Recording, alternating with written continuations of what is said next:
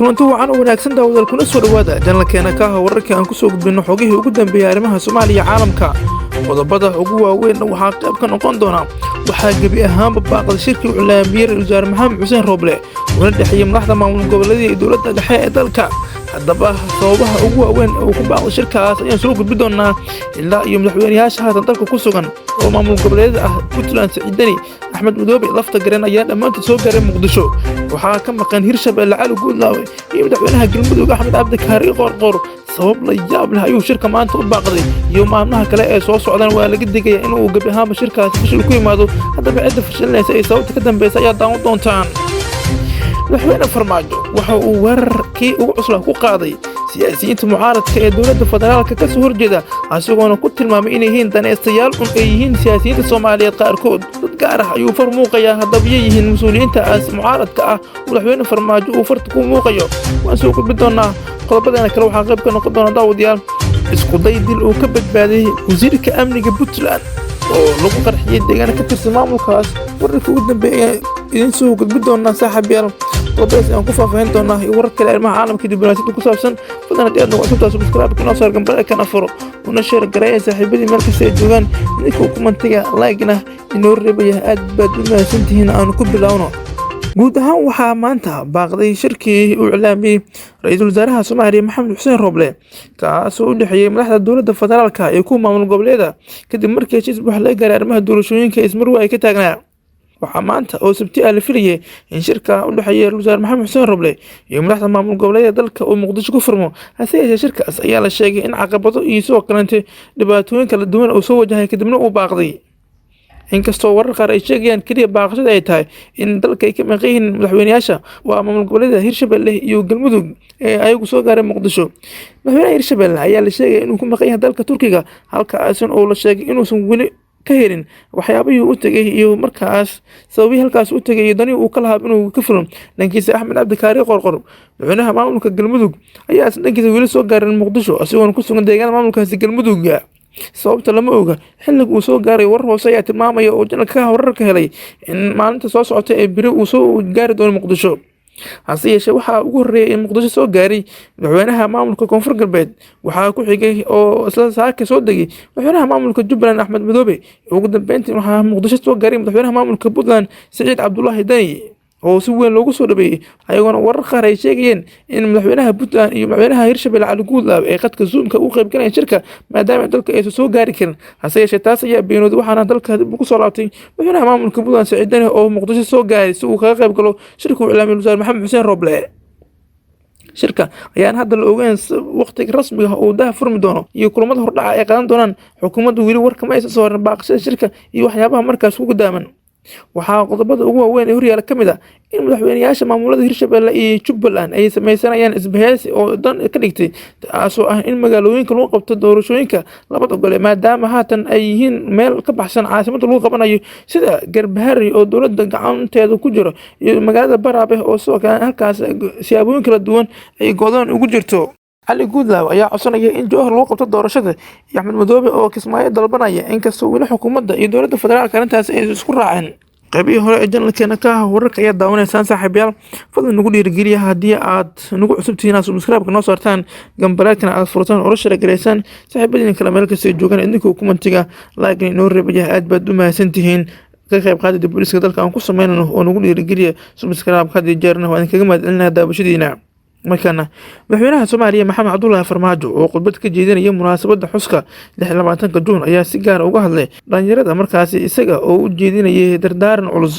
Farmaajo ayaa shaaca ka qaaday in dhalinyarada qaar uu la kulmay ay u sheegeen in siyaasiyiinta Soomaaliyeed yihiin kuwa danaystayaal ah wuxuuna qiray madaxweynuhu in hadalkaas uu yahay mid dhab ah isla markaana ay siyaasiyiintu ka shaqeynayaan danahooda gaarka ah iyo sidoo kale tan gurigooda sida uu hadalku u dhigay dhalinyarada ay timid aad ayay noogu fogaadeen waxay dhaheen siyaasiyiintu danaha dadka kama shaqeeyaan ee danahooda iyo midda guryahooda ayay ka shaqeeyaan waxaana idin leeyahay hadalkaas waa dhab ayuu yiri madaxweyne Farmaajo sidoo kale wuxuu ugu baaqay dhalinyarada Soomaaliyeed inay u istaagaan sida dhalinyarada Israa'iil oo kale oo aysan waxba ka sugan siyaasiyiinta Soomaaliyeed madaxweynaha intaas wuxuu ku daray haatan ay socdaan isbedel dhaqdhaqaaqyo ay sameynayaan dhalinyarada Soomaaliyeed oo ka kacdoon xoogan si hore loogu sii socdo hadalkan kasoo yeeray Farmaajo ayaa u muuqda mid uu ku dhaleecanayo siyaasiyiinta isaga kasoo horjeeda ee mucaaradka ah maadaama la gelayo tartan adag oo ku aadan doorashooyinka soo socda taas oo heshiis looga gaaray magaalada Muqdisho. Dhankooda weli ma aysan ka falcelin siyaasiyiinta mucaaradka warkan lagu duray isla markaana ay ugu horayaan madaxdii hore ee dalka. weli waxaad daawanaysaan janalkeena ka wararka daawada haddii aad nagu cusubtahay subscribe noo saar oo gambale kana furo oo una share gareeya saaxiibadiina kale meel kasta ay joogaan idinkoo commentiga laaga inoo reebaya aad baad u mahadsantiin. intaana ka bixin arrimaha ku saabsan munaasabada iyo hadal jeedinta waxaa markaasi isna dhambaal u diray shacabka Soomaaliyeed Shariif Sheekh Axmed madaxweynihii hore ee Soomaaliya waxa uuna markaas ku bogaadiyay in shacabka Soomaaliyeed ay midnimada ka shaqeeyaan. Shariif ayaana ku taliyay in waqti la geliyo sidii loo heli lahaa xal furo u noqon kara dowlad ku dhisan cadaalad, midnimo iyo walaalnimo taas oo dalka ka saari karta duruufaha kala duwan ee uu wajahayo. maanta oo kale 61 sano ka hor 26 Juun 1960 waxa ay shacbiga Soomaaliyeed u ahayd maalin weyn, maalin farxadeed, maalin xorriyadeeda maalintii ugu horeysay ee madaxbannaani helaan gobolada waqooyi ee dalkeena isla markaana calanka buluugga ah laga taagay qaybo ka mid ah Soomaaliya ayuu yiri Shariif Sheekh Axmed. 40 sano uu xilka hayay madaxweynaha waqtigiisa Soomaaliya Farmaajo ayaana wax horumar ah laga sameeyay wadahadalkii Socday Soomaaliya iyo Somaliland. maamulka Somaliland ee madaxweyne Farmaajo ku tilmaamay inuu yahay maamulihii ama madaxweynihii ugu xumaa ee soo mara Soomaaliya wuxuuna Muuse Biixi sheegay in Farmaajo uu dhaawac weyn gaarsiiyay wadahadalkii u socday Soomaaliya iyo maamulkiisa Somaliland. qaybtii dhexe janalkeena ka wararka ayaa daawanaysaan nagu dhiirigeliya saaxiibada subscribe noo saartaan gambale kana furtaan una share gareeysan saaxiibadii meel kasta ay joogaan commentiga laagana noo reeba aad u dumaatay markana Puntland isku daydil ayuu ku badbaaday wasiirka amniga maamulkaasi Puntland. wararka ka imaanaya gobolka Bari ee Puntland ayaa sheegay in qarax lala beegsay gaadiid kooyo ay la socdeen wasiirka amniga Puntland Cabdisamed Maxamed Galan, taliyaha ciidamada Puntland Yaasiin Cumar Dheer iyo gudoomiyaha gobolka Bari Caasimad Yuusuf Maxamed Abwaan. qaraxa oo ahaa nooca meel dhulka lagu aaso ayaa mas'uuliyiinta lagu beegsaday degmada Qandala ee maamulka Puntland waxaana wafdiga ku jireen kormeer deegaanka Bariidin ee degmada Qandala. wasiirka amniga Puntland Cabdisamed Maxamed Galan oo la hadlay warbaahinta ayaa waxa uu sheegay in isaga iyo mas'uuliyiinta la socotay ay ka badbaadeen qaraxaas. wuxuu sheegay in qaraxa uu ku dhintay mid ka mid ah askartii ilaalada ahayd ee la socotay halka laba kalena ay ku dhaawacmeen sida uu sheegay wasiirka amniga Puntland. wasiirka ayaa sheegay in ciidamada Puntland ay howlgallo lagu dagaalamayo kooxda Daacish ay ka wadeen buurleyda isla markaana ay u maleynayeen in miinada ay dhulka geliyeen kooxdaasi. ma